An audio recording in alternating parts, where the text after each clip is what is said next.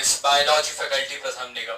Let's together we explore the world of the biology. बेटा आज हम लिविंग वर्ल्ड का लेक्चर नंबर 3 को डिस्कस करने जा रहे हैं और लेक्चर नंबर 3 में हमने 3 के पहले बेटा लेक्चर नंबर 2 में कैरेक्टरिस्टिक्स ऑफ लिविंग ऑर्गेनिज्म के बारे में डिस्कस कर रहे थे। मैं आपको वहां पे भी यही चीज बोल रहा था, ऐसी कोई डेफिनेशन नहीं है जो क्लियर कट किसको एक्सप्लेन कर रही हो बेटा, लाइफ को एक्सप्लेन कर रही हो। इसके लिए बेटा हम किसकी स्टडी करते हैं, कैरेक्टरिस्टिक्स की स्टडी करते हैं और कैरेक्टरिस्टिक्स के बिहाफ पे देखते हैं that someone is living and someone is non living.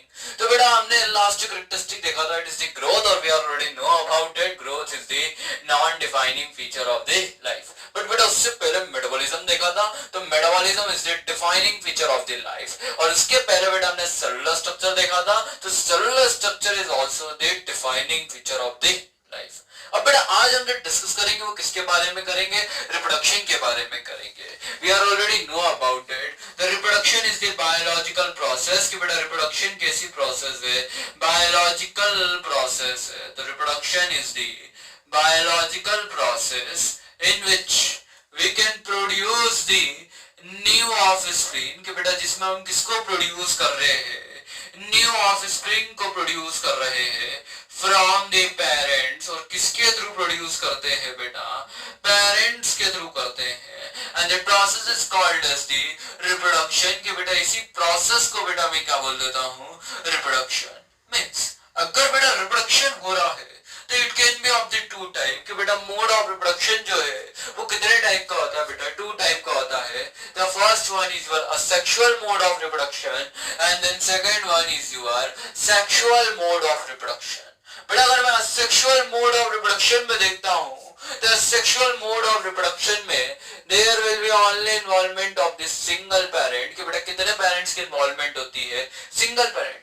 Like this कि बेटा यहाँ पे हमको एक इरेगुलर शेप का कोई ऑर्गेनिज्म दिख रहा है। क्या दिख रहा है बेटा आपको, एक ऑर्गेनिज्म इरेगुलर शेप का क्या दिख रहा है बेटा आपको, एक ऑर्गेनिज्म दिख रहा है। और इस इरेगुलर शेप के ऑर्गेनिज्म को बेटा मैं क्या बोल देता हूँ, अमीबा। क्या बोल देता हूँ बेटा मैं इसको, अमीबा। इस इरेगुलर शेप के ऑर्गेनिज्म के सेंटर में हमको ये क्या दिखता है बेटा, न्यूक्लियस। क्या दिखता है बेटा, न्यूक्लियस। तो ये जो हमारा अमीबा है ये कैसा है बेटा, यूनिसेलुलर है। कैसा है बेटा, यूनिसेलुलर है। It can first of all show the growth. कि बेटा सबसे पहले फर्स्ट ऑफ ऑल ये क्या शो कर रहा है, ग्रोथ शो कर रहा है, जिसके थ्रू बेटा ये अपना साइटोप्लाज्मिक कंटेंट इंक्रीज कर रहा है, एज वेल एज ये अपना न्यूक्लियर कंटेंट भी इंक्रीज कर रहा है। किसको इंक्रीज कर रहा है बेटा, साइटोप्लाज्मिक एज वेल एज ये न्यूक्लियस के कंटेंट को भी क्या कर रहा है, इंक्रीज कर रहा है। And then it can follow the karyokinesis. और बेटा ये किसको फॉलो कर रहा है, अब कैरियोकाइनेसिस को फॉलो कर रहा है। बेटा कैरियोकाइनेसिस में फिर से वर्ड आया कैरियो, और कैरियो वर्ड कहां से आता है बच्चा, कैरियन से। और कैरियन का मीनिंग क्या बताया था आपको, न्यूक्लियस। और काइनेसिस का मीनिंग क्या होता है बेटा, डिवीजन। काइनेसिस का मीनिंग क्या होता है बेटा, division. The division of the nucleus, that process is called as a karyokinesis। और karyokinesis के थ्रू बेटा इस अमीबा का जो न्यूक्लियस है वो क्या कर जाएगा, डिवाइड कर जाएगा, और यू कैन से कि वो रेप्लिकेट कर जाएगा। And karyokinesis। और इसके बाद ये जो karyokinesis है ये किसको फॉलो करती है बेटा, साइटोकाइनेसिस को। बेटा साइटो वर्ड किससे आया, साइटोप्लाज्म से। और काइनेसिस का मीनिंग आपको पता है क्या होता है, division. The division of the cytoplasm, that process is called as the cytokinesis. और उसके थ्रू बेटा टू डॉटर इंडिविजुअल अमीबा का क्या हो रहा है, यहाँ पे फॉर्मेशन हो रहा है। और each individual amoeba it can refers to, और you can say it will behave as a individual unit. और किसके जैसे बिहेव करेंगे बेटा, एक इंडिविजुअल यूनिट के जैसे बिहेव करने लग जाएंगे। They are the daughter amoebal cell. कि बेटा अमीबा की कौन सी सेल दिख रही है आपको, डॉटर सेल दिख रही है।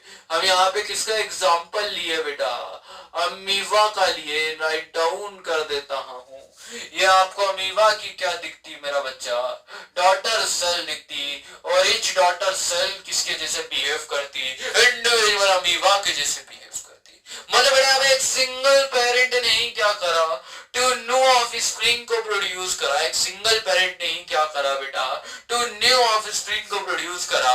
इसीलिए बेटा मैंने सेक्सुअल रिप्रोडक्शन को क्या बोला, यूनिपेरेंटल। और बेटा यहाँ पे किसी भी गैमेट का क्या नहीं हुआ बेटा, फॉर्मेशन नहीं हुआ। सेक्सुअल रिप्रोडक्शन में गैमेट फॉर्मेशन क्या होगा बेटा, अपसेट। और गैमेट फॉर्म नहीं हुए तो गैमेट क्या नहीं होंगे बेटा, फ्यूज नहीं होंगे। और फ्यूजन ऑफ द गैमेट को ही तो आप क्या बोल देते हो, फर्टिलाइजेशन। तो जाहिर सी बात है मेरा बच्चा, फर्टिलाइजेशन भी क्या दिखा अपसेट। बेटा मोड ऑफ रिप्रोडक्शन के इनसाइड हम जब देखेंगे तो अलग अलग हमको मोड भी देखने को मिलेंगे। बट नाउ बेटा हम कुछ एग्जांपल देख रहे हैं, क्योंकि नेक्स्ट ईयर तो हम एक चैप्टर पढ़ने वाले हैं, reproduction in organism, reproduction in flowering plant, reproduction in human reproduction, reproductive. तो बेटा वहां पे हम रिप्रोडक्शन को डिटेल में डिस्कस करेंगे।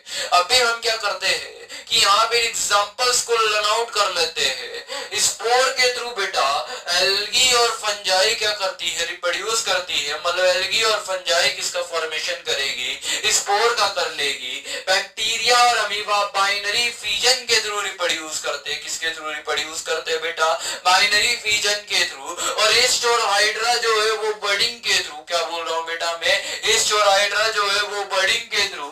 और फ्रेगमेंटेशन के थ्रू बेटा फिलामेंटस एल्गी, फ्रेगमेंटेशन के थ्रू कौन करेगी बेटा, filamentous algae as well as fungi and protonema in mosses. क्या बोला बेटा मैंने, प्रोटोनीमा इन मॉसेस। और बेटा रिजनरेशन कौन शो करेंगे बेटा, फ्लैटवर्म और प्लेनेरिया। कौन शो करेंगे बेटा, फ्लैटवर्म और प्लेनेरिया। बट बेटा the sexual reproduction, there will be the involvement of the two parent. The first one is your male parent and then second one is your female parent. बेटा male parent जो है वो particular type of the male gamete को form करेगा। और male gamete को बेटा मैं यहाँ पे क्या बोल दूंगा, स्पर्म। और जो फीमेल पेरेंट है वो पर्टिकुलर फीमेल गैमेट को फॉर्म करता है। और फीमेल गैमेट को बेटा हम ओवम या फिर एग बोल देते हैं। मीन्स बेटा सेक्सुअल रिप्रोडक्शन में टू पेरेंट क्या करते हैं, पार्टिसिपेट करते हैं। इसीलिए बाइपेरेंटल बोल देता हूँ।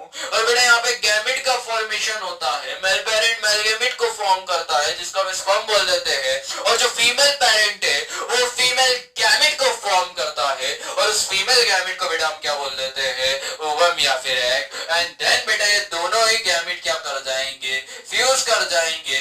और इनके फ्यूजन से बेटा एक सिंगल सेलुलर स्ट्रक्चर का फॉर्मेशन होता है जिसको हम बोल देते हैं जाइगोट। और फ्यूजन ऑफ द गैमेट को बेटा हम क्या बोल देते हैं, फर्टिलाइजेशन। मतलब बेटा अगर सेक्सुअल रिप्रोडक्शन हो रहा है तो फर्टिलाइजेशन क्या होगा, प्रेजेंट। फिर बेटा जाइगोट की जो सिंगल सेल है ये डिवाइड करेगी और एक मल्टीसेलुलर स्ट्रक्चर में आ जाएगी जिसको बोल देंगे एम्ब्रायो। फिर इस एम्ब्रायो से बेटा फुल ऑर्गेनिज्म का क्या हो जाएगा, फॉर्मेशन हो जाएगा। एक न्यू ऑर्गेनिज्म का क्या हो जाएगा बेटा, फॉर्मेशन हो जाएगा। तो हमको एक चीज अच्छे से समझ में आ रही है कि बेटा अगर सेक्सुअल रिप्रोडक्शन हो रहा है तो there will be the involvement of the two parent. कि बेटा कितने पेरेंट की इन्वॉल्वमेंट दिख रही है, टू पेरेंट की। बट जब मैं बोलता हूँ कि ग्रोथ और रिप्रोडक्शन जो है वो सिनोनिम है, क्या बोला बेटा मैंने, ग्रोथ और रिप्रोडक्शन जो है वो सिनोनिमस है यूनिसेलुलर ऑर्गेनिज्म के केस में। क्या बोलता हूँ बेटा मैं कि यूनिसेलुलर ऑर्गेनिज्म के केस में ग्रोथ और जो रिप्रोडक्शन है वो एक दूसरे के सिनोनिम्स है। सिनोनिम्स मतलब सिमिलर है, सिनोनिम्स मतलब सिमिलर है। तो बेटा मैं क्या बोल रहा हूँ कि जब हम यूनिसेलुलर ऑर्गेनिज्म के केस में देखेंगे तो जो ग्रोथ और जो रिप्रोडक्शन है वो एक दूसरे के क्या दिखते हैं बेटा, हमको सिनोनिमस दिखते हैं। वो एक दूसरे के क्या दिखते हैं बेटा, सिनोनिम्स दिखते हैं। लाइक दिस मैं एक तरफ ग्रोथ को टेक आउट करता हूँ और एक किसको टेक आउट करता हूँ बेटा मैं, रिप्रोडक्शन को टेक आउट करता हूँ। किसको टेक आउट करता हूँ, एक तरफ बेटा ग्रोथ को और एक तरफ बेटा किसको टेक आउट करेंगे बेटा हम, रिप्रोडक्शन को। बेटा अगर यूनिसेलुलर ऑर्गेनिज्म के केस में अगर आप ग्रोथ देखते हो तो बेटा वो किसके थ्रू होती है, सबसे पहले वो अपनी सेल के साइज को क्या करता है, इंक्रीज करता है। और साथों साथ अगर बेटा उस सेल के साइज को इंक्रीज करेगा तो नंबर भी क्या होंगे बेटा, इंक्रीज होंगे। और इसी बात को तो बेटा ट्विन कैरेक्टरिस्टिक्स ऑफ ग्रोथ बोल दिया था। इसी बात को तो बेटा हमने क्या बोल दिया था, twin characteristics of growth, increase in mass of cell. पहला कैरेक्टरिस्टिक क्या लिखा था बेटा, increase in mass of cell. और कैसे इंक्रीज इन मास। और दूसरा क्या लिखा था बेटा मैंने, increase in number number of individual, क्या लिखा था बेटा मैंने, increase in number of individual, they are the twin characteristics of growth. अगर बेटा यूनिसेलुलर ऑर्गेनिज्म में ग्रोथ हो रही होगी तो जाहिर सी बात है वो अपने मास को तो इंक्रीज करेगा ही करेगा और अपने नंबर को भी क्या कर लेगा बेटा, इंक्रीज कर लेगा। अरे चलो रिप्रोडक्शन में भी देखते हैं क्या सिमिलर हो रहा है, किसमें देखेंगे बेटा, रिप्रोडक्शन में भी देखते हैं क्या ऐसा ही हो रहा है, क्या सिमिलर हो रहा है। तो बेटा हम एक चीज समझ रहे हैं, अगर ऑर्गेनिज्म को क्या करना है, रिप्रोड्यूस करना है, तो सबसे पहले बेटा वो अपने साइटोप्लाज्मिक कंटेंट को, न्यूक्लियर कंटेंट को क्या करता है बेटा, इंक्रीज करता है। मतलब वो क्या शो करता है, ग्रोथ शो करता है। क्या शो करता है बेटा, वो ग्रोथ शो करता है, मतलब इंक्रीज इन मास करता है। एंड देन बेटा रिप्रोडक्शन के थ्रू किसको रिप्रोड्यूस करता है, टू डॉटर सेल को। मतलब बेटा वो अपने नंबर को भी क्या करता है, इंक्रीज करता है। तो increase in number of individual. तो यहाँ पे तो एक चीज समझ में आई कि यूनिसेलुलर ऑर्गेनिज्म के केस में ग्रोथ और बेटा जो रिप्रोडक्शन है वो एक दूसरे के क्या दिखते हैं बेटा, हमको सिनोनिम्स दिखते हैं। क्या दिखते हैं बेटा, एक दूसरे के सिनोनिम्स दिखते हैं। और यू कैन से कि एक दूसरे के क्या दिख रहे हैं बेटा, ये सिनोनिमस दिख रहे हैं। क्या दिख रहे हैं बेटा हमको, ये एक दूसरे के सिनोनिमस दिख रहे हैं।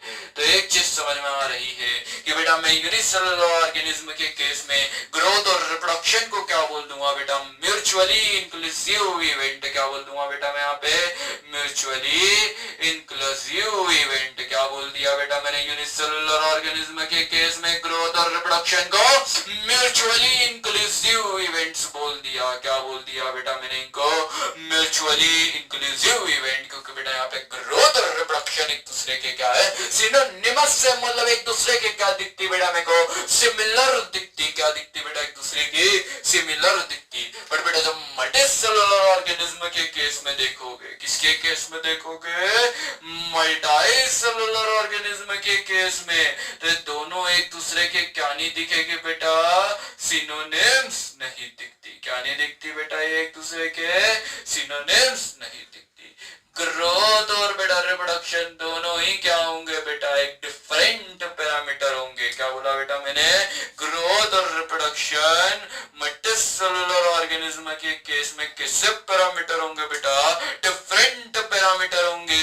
इसीलिए बेटा वहां पे हम क्या बोल देते हैं, म्यूचुअली एक्सक्लूसिव इवेंट। क्या बोल देते बेटा वहां पे हम, म्यूचुअली एक्सक्लूसिव इवेंट्स। क्या बोल देंगे बेटा हम यहाँ पे, mutually exclusive event. Very good बच्चा, तो आप बहुत अच्छे से समझ गए कि ग्रोथ और जो रिप्रोडक्शन है, क्या बोल रहा हूँ बेटा मैं, ग्रोथ और जो रिप्रोडक्शन है वो मल्टीसेलुलर के ऑर्गेनिज्म के केस में सिमिलर नहीं है। इसीलिए बेटा क्या बोल दिया, म्यूचुअली एक्सक्लूसिव इवेंट। कब बेटा रिप्रोडक्शन को हम डिफाइनिंग फीचर बोलेंगे, नहीं बोलेंगे बेटा, reproduction is the non defining feature. क्या बोला बेटा आपके सर ने, reproduction is the non defining feature. के बेटा रिप्रोडक्शन कैसा फीचर दिखा बेटा हमको, नॉन डिफाइनिंग फीचर। अब बोलोगे सर ऐसा क्यों, तो दिखाता हूं बेटा, समझाता हूं, दिखाता नहीं हूं, प्रैक्टिकल नहीं करते,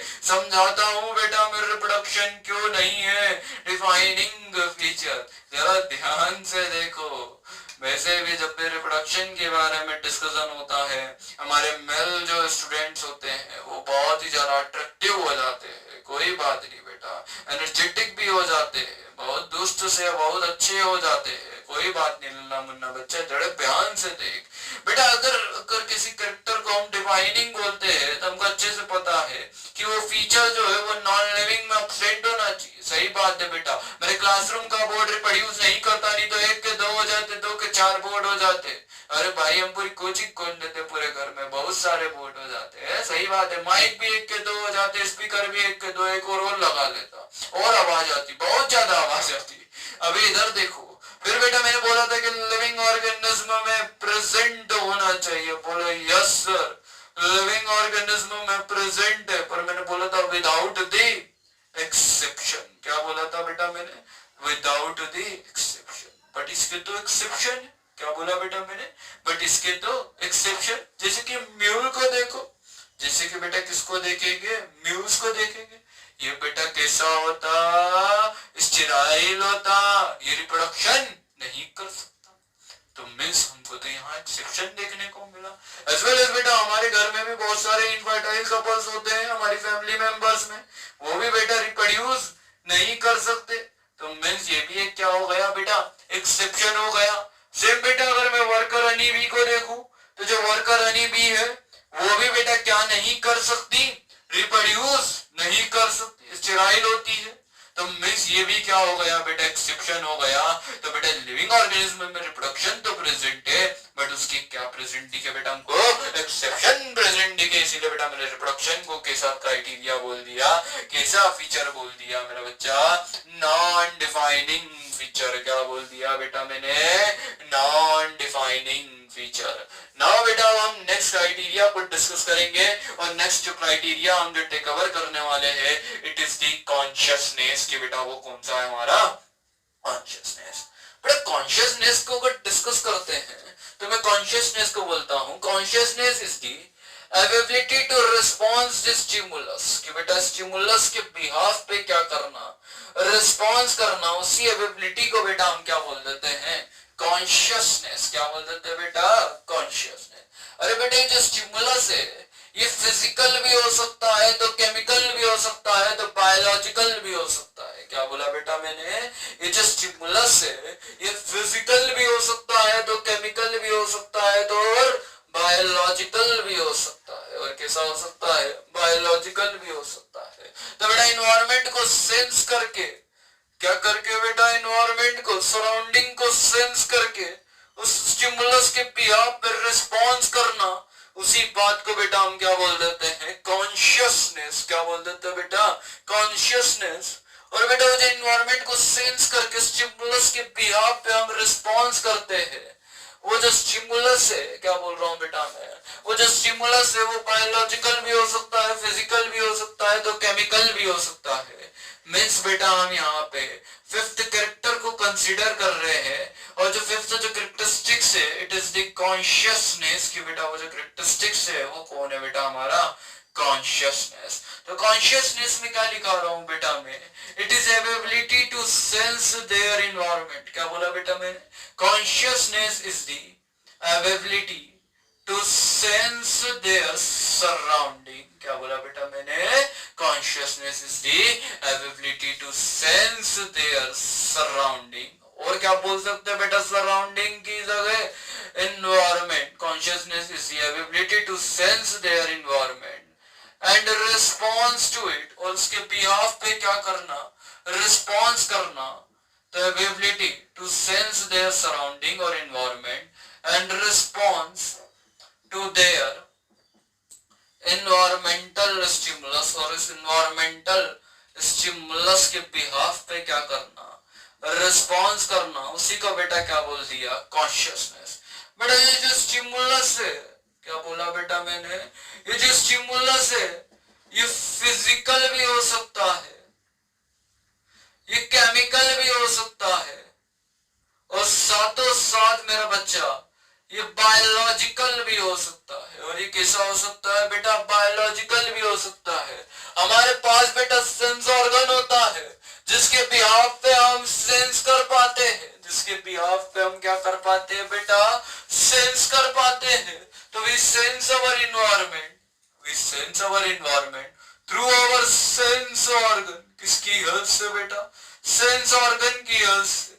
अरे sense organ, nose, ear, eye, ये सब क्या है बेटा हमारे सेंस ऑर्गन। स्किन को भी बेटा क्या कर सकता हूं मैं, कवर कर सकता हूं। या फिर टंग, या फिर क्या बोलूंगा बेटा मैं, टंग, इटीसी। तो नोज, ईयर, आई, टंग, ये क्या है बेटा हमारे सेंस ऑर्गन। स्किन इतना नहीं बोलेंगे, निग्लेजेबल ही है, चलो मान के बोलो हटाओ स्किन, स्किन नहीं है सेंस ऑर्गन। सेंस ऑर्गन कौन बेटा, नोज, ईयर, आई और टंग। और वो क्या लिखे बेटा, टंग। तो इसके भी इनकी हेल्प से भी बेटा हम क्या करते हैं, इस एनवायरनमेंट को सेंस कर पाते हैं। क्या कर पाते हैं बेटा, सेंस।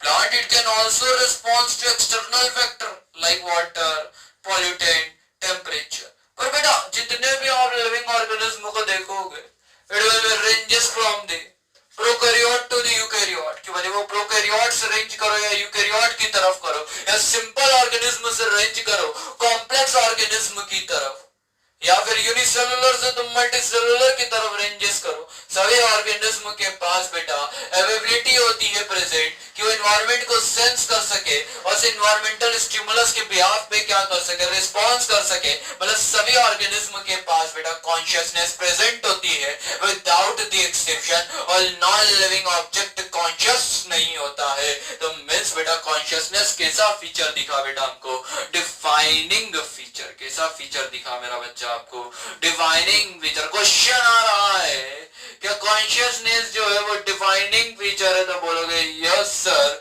नॉन लिविंग जो है वो कॉन्शियस नहीं होते हैं। फिर मैंने बोला बेटा ह्यूमन जो है वो अपनी खुद की अवेयरनेस कर सकते हैं। क्या कर सकते हैं बेटा, वो खुद की अवेयरनेस कर सकते हैं, इसीलिए बेटा हम उनको और क्या बोल देते हैं, सेल्फ कॉन्शियस। क्या बोल देते हैं बेटा, सेल्फ कॉन्शियस। या फिर जो ह्यूमन से it can show the self consciousness कि बेटा ह्यूमंस किसको शो कर रहे हैं बेटा, सेल्फ कॉन्शियसनेस को शो कर रहे हैं। किसको शो कर रहे हैं बेटा, सेल्फ कॉन्शियसनेस को। बेटा याद रखना फोटो पीरियड्स जो है, क्या बोल रहा हूं बेटा मैं, जो फोटो पीरियड्स है it can affect the reproduction. ये किसको अफेक्ट करती है बेटा, रिप्रोडक्शन को अफेक्ट कर देती है। एक तो बेटा किसमें, सीजनल ब्रीडर्स में। एनिमल के केस में देखोगे तो एग्जांपल में क्या आएगा बेटा, सीजनल ब्रीडर। मतलब अगर क्वेश्चन आया क्या फोटो पीरियड रिप्रोडक्शन को अफेक्ट करती है, तो बोलोगे यस सर। किसमें करती है, मैंने बोला बोथ में। किसमें करती है बेटा, बोथ में। Animal as well as plant, both, दोनों में क्या करता है बेटा, फोटो पीरियड रिप्रोडक्शन को अफेक्ट करता है। एनिमल में बोला कौन, तो बोलोगे सीजनल ब्रीडर्स। एनिमल में बोला कौन, तो क्या बोलोगे, सीजनल ब्रीडर्स। प्लांट में बोला कौन, तो बोल दोगे फ्लावरिंग प्लांट्स। क्या बोल दोगे मेरा बच्चा, फ्लावरिंग प्लांट। एक क्वेश्चन आ रहा है आपके सामने कि why consciousness is the most technically complicated event. Question क्या आ रहा है बेटा, why consciousness is the most technically complicated event। Question क्या है बेटा, why consciousness is the most technically complicated event। कि बेटा पहली लाइन आप जब पढ़ोगे कॉन्शियसनेस के एनसीईआरटी में पत्ता नंबर 3 पे, तो वहां पे लिखा होगा कि consciousness is the most technically complicated event and it is ability to sense their surrounding or environment and response to their external stimulus। and नीचे की तरफ लिखा होगा कि stimulus it could be physical as well as chemical as well as biological। environment को sense करने के लिए हमारे पास sense organ है, जैसे कि nose हुआ, ear हुआ, eye हुई, as well as tongue हुआ। ये भी एनसीईआरटी में दिया होगा। एक चीज याद रखना बेटा, ह्यूमंस कैसे होते हैं, सेल्फ कॉन्शियस होते हैं। और कॉन्शियसनेस कैसा फीचर दिखा बेटा हमको, डिफाइनिंग फीचर। कैसा फीचर दिखा बेटा हमको, डिफाइनिंग फीचर। अभी हमारे सामने एक क्वेश्चन अराइज हो रहा है कि why consciousness is the most technically complicated event. कि कॉन्शियसनेस जो है वो मोस्ट टेक्निकली कॉम्प्लिकेटेड इवेंट क्यों है। बेटा यहाँ पे हमको समझना पड़ेगा कि कोई हॉट रॉड ऑब्जेक्ट है। क्या बोल रहा हूँ बेटा मैं, कोई हॉट रॉड ऑब्जेक्ट है और उसको किसी ने टच कर दिया, मतलब स्टिमुलस कैसा था बेटा, फिजिकल था। तो उस समय क्या होगा बेटा, उसको टच करते से ही वो जो हॉट रॉड ऑब्जेक्ट की जो सेंसरी इंपल्स है, वो इलेक्ट्रिकल इंपल्स जो है, वो नर्व इंपल्स जो है हॉट रॉड ऑब्जेक्ट की, वो फिंगर से कहा जाएगी बेटा सेंट्रल नर्वस सिस्टम के पास। And then central nervous system जो है वो एक रिस्पॉन्स को जनरेट करेगा, मतलब ब्रेन एक रिस्पॉन्स जनरेट करेगा, स्पाइनल कॉर्ड एक रिस्पॉन्स जनरेट करेगी। एंड देन वो जो सेंसरी इंपल्स है वो मोटर नर्व के थ्रू फिंगर की मसल्स पे आएगी। एंड देन फिर मसल्स क्या करेंगे बेटा, कॉन्ट्रैक्ट एंड रिलैक्स करेंगे, जिसकी वजह से बेटा हम हमारे हैंड को क्या कर लेंगे, उस हॉट रॉड ऑब्जेक्ट से विथड्रॉल कर लेंगे। मींस हमको यहाँ पे एक चीज समझ में आई कि there will be the involvement of the nervous system. के बेटा यहाँ पे किसकी इन्वॉल्वमेंट दिखी, नर्वस सिस्टम की इन्वॉल्वमेंट दिखी, और साथों साथ बेटा किसकी इन्वॉल्वमेंट दिखी, मस्कुलर सिस्टम की भी दिखी। मतलब यहाँ पे एक और एक से ज्यादा, वन और टू, मोर देन और मोर में लिख देता हूं, ऑर्गन की क्या दिख रही है, या ऑर्गन सिस्टम की क्या दिख रही है बेटा, इन्वॉल्वमेंट दिख रही है।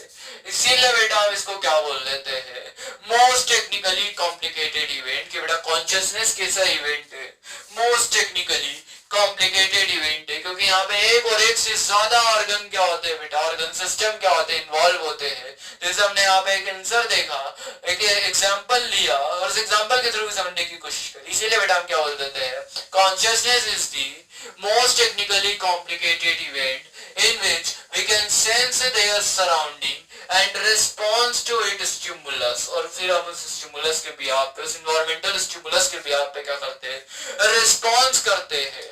फिर हमको एक और चीज यहाँ पे एक और क्वेश्चन पूछती है बेटा एनसीईआरटी, कि कोई पर्सन है वो जा रहा था रोड पे और किसी एक्सीडेंट की वजह से उसके ब्रेन क्या हो गया बेटा, डैमेज हो गया। उसके ब्रेन में क्या आ गया बेटा, डैमेज आ गया। ब्रेन में डैमेज आ गया मतलब पर्सन कैसा नहीं रहा बेटा, कॉन्शियस नहीं रहा, उसमें अब कॉन्शियसनेस नहीं है। और पर्सन को हमने क्या करा कि सपोर्ट कर दिया मशीन से, जिससे उसके लंग्स और हार्ट जो है वो वर्क कर सके। अब हमारा क्वेश्चन राइज होता है, क्या ये जो ब्रेन डैमेज वाला जो पर्सन है, जो इस समय कोमा में है, किसमें है मेरा बच्चों, कोमा में है, बहुत ज्यादा लग गई थी, रोड पे जा रहे थे, ट्रक वाले ने उड़ा दिया, हेलमेट भी नहीं पहना रोड पार करते समय, अब नहीं पहना तो ब्रेन डैमेज हो गया, पूरा नर्वस सिस्टम गर्म ऊपर का, जाहिर सी बात है पर्सन किस में जाएगा, कोमा में जाएगा। हॉस्पिटल ले गए, मशीन का सपोर्ट दे दिया जिससे हार्ट और लंग्स क्या कर सके, वर्क कर सके। और क्वेश्चन राइज हुआ, क्या ये पर्सन लिविंग है, तो हम बोलेंगे यस बेटा। इसमें कॉन्शियसनेस नहीं है तो क्या हुआ, ये किसको शो कर रहा है बेटा, इसके पास सेलुलर स्ट्रक्चर तो प्रेजेंट है, और उसके साथों साथ जो सबसे इंपॉर्टेंट थिंग है कि इसके अंदर बेटा मेटाबॉलिक प्रोसेसेस अगर हो रही है, मींस ये किसको एग्जिबिट करता है बेटा, मेटाबॉलिज्म को एग्जिबिट करता है। इसीलिए बेटा मैं इसको क्या बोल दूंगा कि पर्सन जो कोमा में है ये कैसा होगा बेटा, लिविंग होगा, क्योंकि किसको एग्जिबिट करेगा, मेटाबॉलिक प्रोसेसेस को एग्जिबिट करेगा। किसको एग्जिबिट कर रहा है बेटा, ये मेटाबॉलिक प्रोसेसेस को एग्जिबिट कर रहा है। अभी तक हमने जो पढ़ा बेटा उसकी एक छोटी सी टेबल बना लेते हैं। क्या बना लेते हैं बेटा, हम उसकी एक टेबल बना लेते हैं। एक तरफ बेटा हम कैरेक्टरिस्टिक्स लिखेंगे, क्या बोल रहा हूँ बेटा मैं, एक तरफ हम कैरेक्टरिस्टिक्स लिखेंगे, दूसरी तरफ बेटा मैं लिविंग लिखूंगा, और एक कॉलम में बेटा मैं लिखूंगा नॉन लिविंग। एक कॉलम में फिर मैं क्या लिख दूंगा मेरा बच्चा, नॉन लिविंग। तो एक तरफ मैंने कैरेक्टरिस्टिक्स लिखा, दूसरी तरफ बेटा मैंने लिविंग लिखा, और दूसरे कॉलम में मैंने लिखा नॉन लिविंग। बेटा लिविंग और नॉन लिविंग का कॉलम बड़ा बनाने की जरूरत नहीं है, इसमें आपका छोटे कॉलम में भी काम हो जाएगा। पहला हमने जो बेटा जो कैरेक्टरिस्टिक जो टुक आउट करा था वो हमारा बेटा सेलुलर स्ट्रक्चर था। वो क्या था बेटा, सेलुलर स्ट्रक्चर था। जब बेटा सेलुलर स्ट्रक्चर को देखे तो ये जो फीचर है ये सिर्फ और सिर्फ किसमें प्रेजेंट था बेटा, लिविंग में प्रेजेंट था। और नॉन लिविंग में बेटा सेलुलर स्ट्रक्चर क्या होता है, एब्सेंट होता है। अगला बेटा हमने जो फीचर लिया था वो कौन सा था बेटा, मेटाबॉलिज्म। वो कौन सा था बेटा हमारा, मेटाबॉलिज्म। वो कौन सा था बेटा हमारा, मेटाबॉलिज्म। अरे कौन का बॉलिक नहीं, मेटाबॉलिज्म। कौन का बालिक नहीं भाई, बालक भी नहीं, मेटाबॉलिज्म। तीसरा देखो बेटा, मेटाबॉलिज्म के बाद हमने ग्रोथ को टुक करा था। किसको टुक करा था, ग्रोथ को करा था। ग्रोथ के बाद देख मेरा बच्चा रिप्रोडक्शन। अरे कौन कह रहा है ये रिप्रोडक्शन जो है लिविंग में होता है, मैंने तो नहीं देखा। बेंच से एक बेंच नहीं बेंच बनती है। इधर देखो फिफ्थ हमने बेटा क्या देखा, कॉन्शियसनेस। फिफ्थ हमने क्या देखा बेटा, कॉन्शियसनेस। तो यहाँ पे हम देखते हैं जो मेटाबॉलिज्म है ये सिर्फ और सिर्फ किसमें प्रेजेंट है बेटा, लिविंग में प्रेजेंट है। रिप्रोडक्शन भी सिर्फ लिविंग में प्रेजेंट है।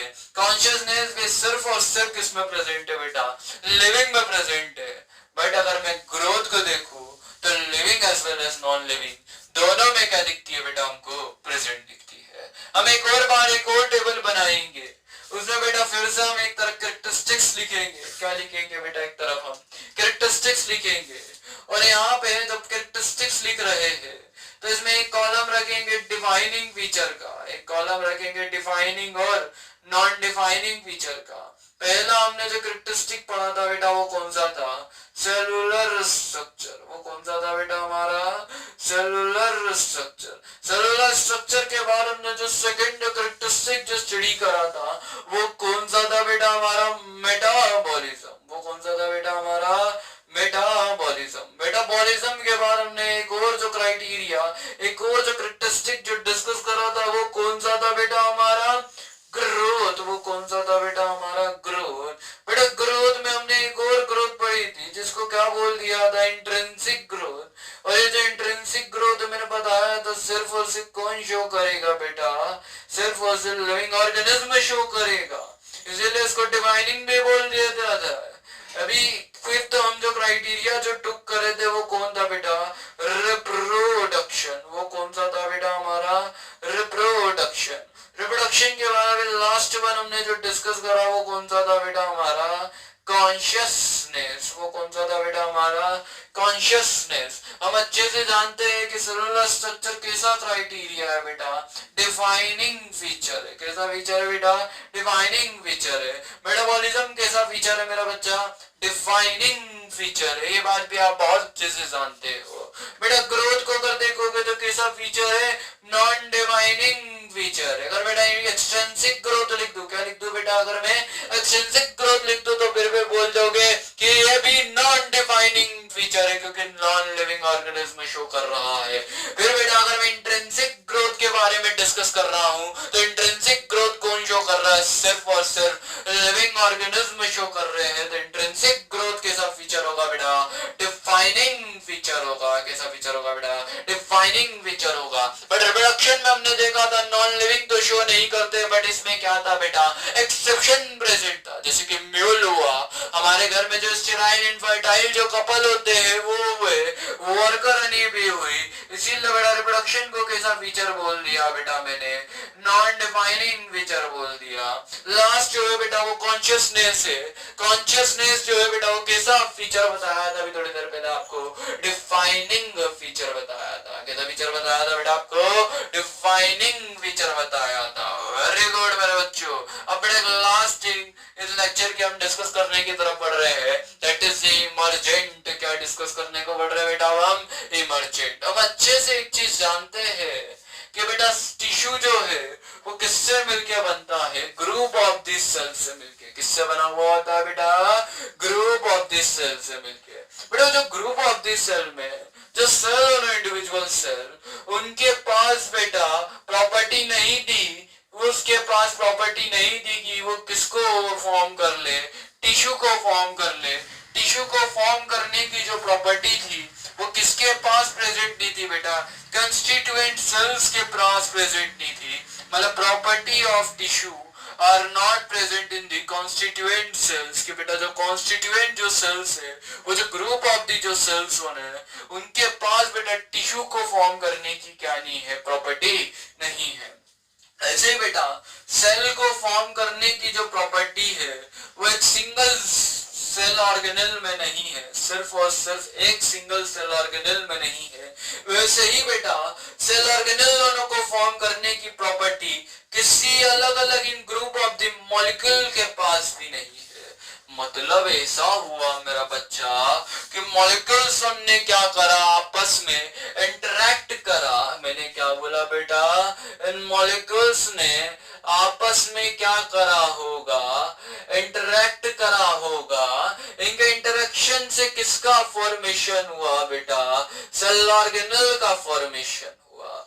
मतलब बेटा cell organelle group of the molecules से मिलके बने। सेल ऑर्गेनेल किससे बने बेटा, ग्रुप ऑफ द मॉलिक्यूल्स से मिलके बने। और ये जो ग्रुप ऑफ द मॉलिक्यूल में जो कंस्टिट्यूएंट मॉलिक्यूल है, इनके पास प्रॉपर्टी नहीं है कि किसको फॉर्म कर सके, सेल ऑर्गेनेल को फॉर्म कर सके। वो तो अलग अलग मॉलिक्यूल में आपस में क्या हुआ, इंटरेक्शन हुआ। क्या हुआ बेटा, इनमें आपस में इंटरेक्शन हुआ, जिसकी वजह से बेटा सेल ऑर्गेनेल को फॉर्म करने की प्रॉपर्टी क्या हुई, इमर्ज हुई। क्या इमर्ज हुई बेटा, सेल ऑर्गेनेल को फॉर्म करने की प्रॉपर्टी इमर्ज हुई। सेम बेटा एक सेल ऑर्गेनेल से मिलके क्या बनी बेटा, सेल।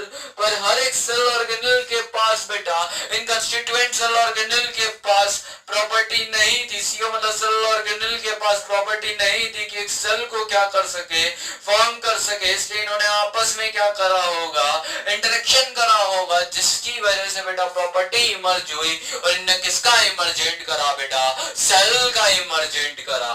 फिर बेटा सेल से क्या बने, ग्रुप ऑफ द सेल से टिश्यू। बट मैं बता रहा हूं कि जो ग्रुप ऑफ द सेल में जो कंस्टिट्यूएंट जो सेल्स है, इनके पास प्रॉपर्टी नहीं थी कि किसको इमर्ज कर सके बेटा, टिश्यू को फॉर्म कर सके। वो तो इन ग्रुप ऑफ द सेल ने आपस में क्या करा, इंटरैक्ट करा, जिसकी वजह से बेटा टिश्यू को फॉर्म करने की प्रॉपर्टी का क्या हुआ, इमर्जेंस हुआ। और उसी बात को बेटा मैं क्या बोल देता हूँ, इमरजेंट। क्या बोल देते हैं बेटा हम इसी बात को, इमरजेंट। ये भी हमारी ओल्ड एनसीईआरटी में गिवन है, ये रैशनलाइज्ड एनसीईआरटी में तो नहीं है, बट हमको पढ़ना जरूरी है, ये भी हमको पढ़ना जरूरी है। तो बेटा यहाँ पे हम सिर्फ और सिर्फ एक लाइन लिख के इसको खत्म करेंगे।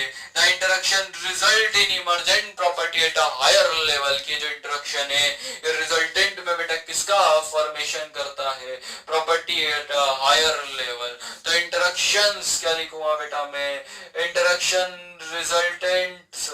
तो ये लिखा हमने बेटा, interactions resultant in the formation of the, और you can say emergent property. तो इंटरेक्शन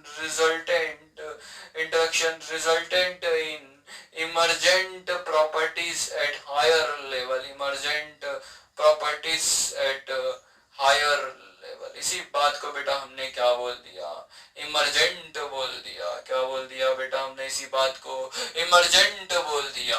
फिर हमको एक और चीज अच्छे से पता है कि अगर हमको बॉडी के इन्वायरमेंट को इक्विलिब्रियम पे मेंटेन रखना है, बॉडी के इन्वायरमेंट को कांस्टेंट पे मेंटेन रखना है, तो उस बात को बेटा आप क्या बोल देते हो, होम्योस्टेसिस। मतलब पूरी बायोलॉजी में अब कहीं पे भी होम्योस्टेसिस वर्ड आया लिखा हुआ तो समझ जाओगे maintenance of equilibrium of the body. क्या लिखना है बेटा, maintenance of equilibrium of the body. कि बेटा बॉडी के फंक्शन को या बॉडी को किस पे मेंटेन करना, इक्विलिब्रियम पे मेंटेन करना। तो maintenance of equilibrium of body, और you can say constant internal environment. कि बेटा बॉडी के इंटरनल एनवायरनमेंट को कांस्टेंट पे मेंटेन करना।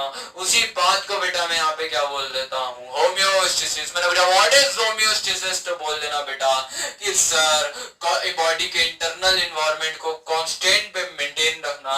उसी बात को सर हम क्या बोल देते हैं, होम्योस्टेसिस। बेटा एक्चुअल अगर हम बायोलॉजी की स्टडी कर रहे हैं तो biology is the story of life. क्या बोल सकते हैं बेटा हम, biology is the story of life. बेटा जो लिविंग ऑर्गेनिज्म है ना, वो अपने पास्ट, फ्यूचर और प्रेजेंट में एक दूसरे से बेटा, all of the living organism क्या है, सिमिलर है। All of the living organism एक दूसरे से क्या है बेटा, कनेक्टेड है। क्या दिख रहे हैं बेटा, वो इंटरलिंक्ड दिख रहे हैं। मैं बोल रहा हूँ बेटा जितने भी लिविंग ऑर्गेनिज्म है, all of the living organism. क्या बोला बेटा मैंने, all of the living organism अपने फ्यूचर में, अपने पास्ट में, अपने प्रेजेंट में ये एक दूसरे से क्या है बेटा, लिंक है।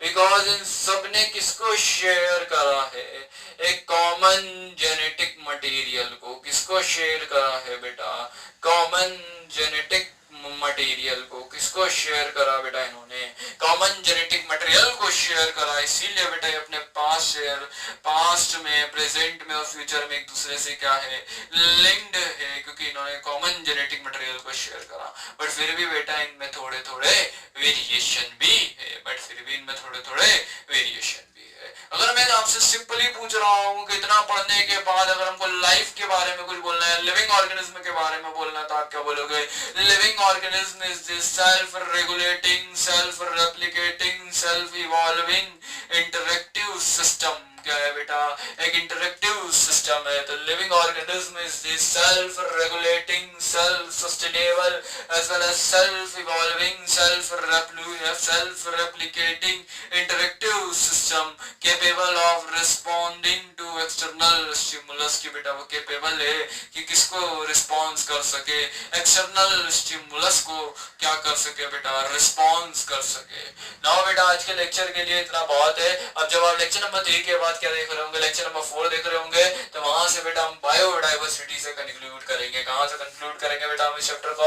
बायोडाइवर्सिटी से कंक्लूड करेंगे। मैं एक बारी फिर आपसे कहने की कोशिश कर रहा हूं कि मल्टीपल बुक्स के ऑप्शन पे नहीं जाना है, आपको सिर्फ और सिर्फ एनसीईआरटी को क्या करना है बेटा? रीड करना है। दूसरी चीज बेटा आपको एनसीईआरटी एग्जाम्पलर के क्वेश्चन भी करना है। तीसरी चीज आगे याद रखो कि बेटा आपको बायो वॉर का पैकेज रीड करना है। अनादर कोई भी मल्टीपल बुक खरीदने की कोई जरूरत नहीं है। फोर्थ इंपॉर्टेंट थिंग ये याद रखो, आपको सिर्फ और सिर्फ बेटा बायो वॉर पे आके क्वेश्चंस करना है, जिसमें एमसीक्यू करना है बेटा, मल्टीपल चॉइस क्वेश्चन, उसी के अंदर बेटा पीवाईक्यू भी कवर हो जाएंगे, और होप सो जो आने लायक जो क्वेश्चन है उनको भी हम क्या करेंगे बेटा? कवर करेंगे। तो you does not require the multiple book, you only required the one app, and that app is called as the BioWar के बेटा उस ऐप को हम क्या बोलते थे? BioWar। तो please download my app BioWar, as well as please subscribe my YouTube channel, and thank you for watching my lecture।